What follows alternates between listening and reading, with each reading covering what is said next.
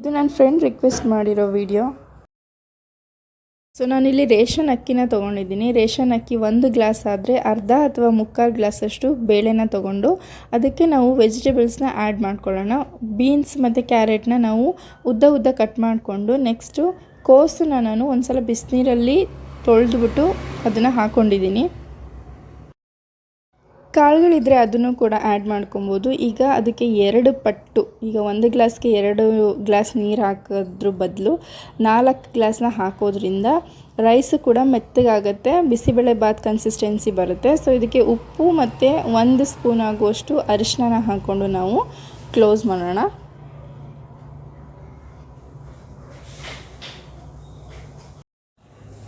So close ಮಾಡ್ಕೊಂಡ್ಮೇಲೆ ಈಗ ಗ್ಯಾಸ್ನ on ಮಾಡ್ತಾಯಿದ್ದೀನಿ. ಇದನ್ನು ನಾನು 2 ವಿಷಲ್ ಕೂಗಿಸ್ಕೊಂಡಿದ್ದೀನಿ.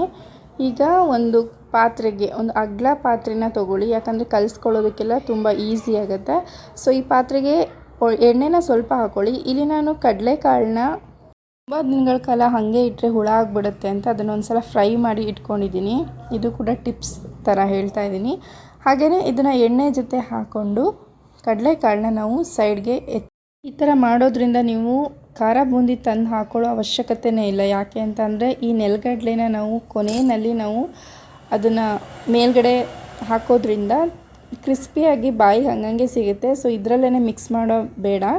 1 ಸ್ಪೂನ್ ಆಗುವಷ್ಟು ತುಪ್ಪ ಹಾಕ್ಕೊಳ್ಳೋಣ. ಹಾಗೆಯೇ 1 ಸ್ಪೂನ್ ಆಗುವಷ್ಟು ಸಾಸಿವೆ, ಹಾಗೆಯೇ 1 ಸ್ಪೂನ್ ಆಗುವಷ್ಟು ಜೀರಿಗೆನ ಹಾಕ್ಕೊಳ್ಳೋಣ.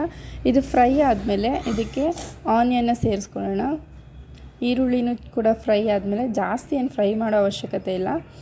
ಸೊ ಹಂಗೇ ಫ್ರೈ ಆದಮೇಲೆ ನೆಕ್ಸ್ಟು ಟೊಮ್ಯಾಟೋನ ಹಾಕ್ಕೊಳ್ಳೋಣ. ಇದು ಚೆನ್ನಾಗಿ ಫ್ರೈ ಆದಮೇಲೆ 1 ಸ್ಪೂನ್ ಆಗುವಷ್ಟು ಅರಿಶಿನ ಹಾಕ್ಕೊಳ್ಳೋಣ.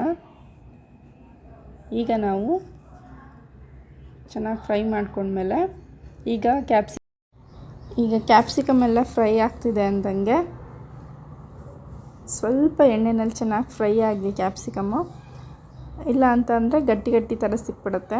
ನೆಕ್ಸ್ಟ್ ಅದಕ್ಕೆ ನಾವು ಹುಣಸೆ ಹಣ್ಣನ್ನು ನೆನೆ ಹಾಕ್ಕೊಂಡಿರ್ತೀವಲ್ಲ ಅದನ್ನು ಹಾಕ್ಕೊಳ್ಳೋಣ. ಅದ್ರ ಜೊತೆಗೆ ಬೆಲ್ಲನೂ ಹಾಕ್ಕೊಳ್ಳೋಣ. ಇದು ಚೆನ್ನಾಗಿ ಕರಗದ ಮೇಲೆ ಇದೇ ನಮಗೆ ಟೇಸ್ಟ್ ತುಂಬ ಚೆಂದ ಅನಿಸುತ್ತೆ.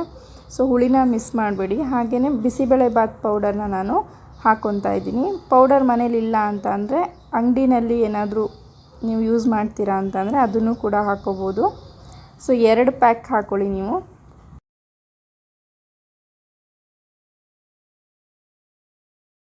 ನಾನಿಲ್ಲಿ 4 ಜನಕ್ಕೆ ಮಾಡ್ತಾ ಇರೋದು. ನೆಕ್ಸ್ಟ್ ಅದಕ್ಕೆ ಕೊಬ್ಬರಿ ತುರಿನ ಹಾಕ್ಕೊಳ್ಳೋಣ. ಇದು ಕೂಡ ಚೆಂದ ಅನಿಸುತ್ತೆ, ಬಾಯಿಗೆ ಹಂಗಂಗೆ ಸಿಗ್ತಾ ಇರುತ್ತೆ. ಸೊ ನೆಕ್ಸ್ಟು ಇದಕ್ಕೆ ಸ್ವಲ್ಪ ಲಿಕ್ವಿಡ್ ಟೈಪ್ ಎಲ್ಲ ಫ್ರೈ ಆಗಿರುತ್ತಲ್ವ, ಸ್ವಲ್ಪ ಲಿಕ್ವಿಡ್ ಆಗೋ ಥರ ಸ್ವಲ್ಪ ನೀರನ್ನ ಆ್ಯಡ್ ಮಾಡಿಕೊಂಡು ಚಿಲ್ಲಿ ಪೌಡರ್ನ ಆ್ಯಡ್ ಮಾಡ್ಕೊಳ್ಳೋಣ. 1.5 ಸ್ಪೂನಷ್ಟು ಹಾಕಿದ್ದೀನಿ. ಈಗ ಇದನ್ನು ಚೆನ್ನಾಗಿ ತಿರುಗಿಸ್ಕೊಂಡು ನೆಕ್ಸ್ಟು ಇದಕ್ಕೆ ನಾವು ಕುಕ್ಕರಲ್ಲಿ ಬೇಯಿಸ್ಕೊಂಡಿರೋಂತಹ ರೈಸ್ನ ನಾವು ಆ್ಯಡ್ ಮಾಡ್ಕೊಳ್ಳೋಣ. ಈಗ ಚೆನ್ನಾಗಿ ಮಿಕ್ಸ್ ಮಾಡ್ಕೊಳ್ಳಿ. ಹಾಗೆಯೇ ಲಿಕ್ವಿಡ್ ಅಂಶ ಕಡಿಮೆ ಆಯಿತು ಅಂತ ಅನಿಸಿದ್ರೆ ಮಿಕ್ಸ್ ಮಾಡುವಾಗ ನೀವು ಪಕ್ಕದಲ್ಲಿ ಸ್ವಲ್ಪ ಬಿಸಿನೀರನ್ನ ಕಾಯಿಸಿಟ್ಕೊಂಡ್ರೆ ತುಂಬಾ ಒಳ್ಳೆಯದು. ಶಾರ್ಟೇಜ್ ಆಯಿತು ಅನಿಸಿದ್ರೆ ಸ್ವಲ್ಪ ಅದಕ್ಕೆ ಹಾಕೋದ್ರಿಂದ ಅದು ಲಿಕ್ವಿಡ್ ಥರ ಬರುತ್ತೆ. ಬಿಸಿಬೇಳೆ ಬಾತು ಕನ್ಸಿಸ್ಟೆನ್ಸಿ ತುಂಬಾ ಚೆನ್ನಾಗಿ ಬರುತ್ತೆ. ಸೊ ಈಗ ನಾವು ಚೆನ್ನಾಗಿ ಮಿಕ್ಸ್ ಮಾಡ್ಕೊಳ್ಳೋಣ. ನೋಡಿ ಚೆನ್ನಾಗಿ ಕಾಣ್ತಿದೆ ಅಲ್ಲ.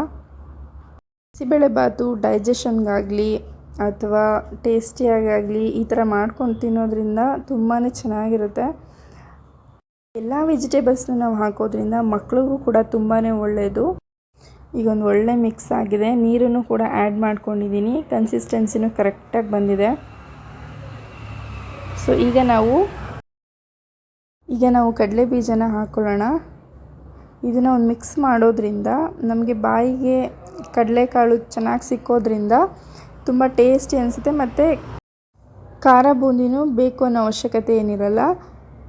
ಸೊ ಈಗ ಒಂದು 2 ನಿಮಿಷ ಹಾಗೇ ಕ್ಲೋಸ್ ಮಾಡಿಬಿಟ್ಟು ಲೋ ಫ್ಲೇಮಲ್ಲಿ ನಾವು ಬಿಸಿ ಮಾಡೋದ್ರಿಂದ ಎಲ್ಲ ಮಿಕ್ಸ್ ಚೆನ್ನಾಗಾಗುತ್ತೆ. ಸೊ ಈ ಥರ ಕನ್ಸಿಸ್ಟೆನ್ಸಿ ಬರುತ್ತೆ. ತುಂಬಾ ಚೆನ್ನಾಗಿತ್ತು ಬಿಸಿಬೇಳೆ ಬಾತು. ನೀವು ಕೂಡ ಟ್ರೈ ಮಾಡಿ. ಹಾಗೆಯೇ ಈ ವಿಡಿಯೋ ಇಷ್ಟ ಆಗಿದೆ ಲೈಕ್ ಮಾಡಿ, ಶೇರ್ ಮಾಡಿ, ಸಬ್ಸ್ಕ್ರೈಬ್ ಮಾಡಿ. Thank you.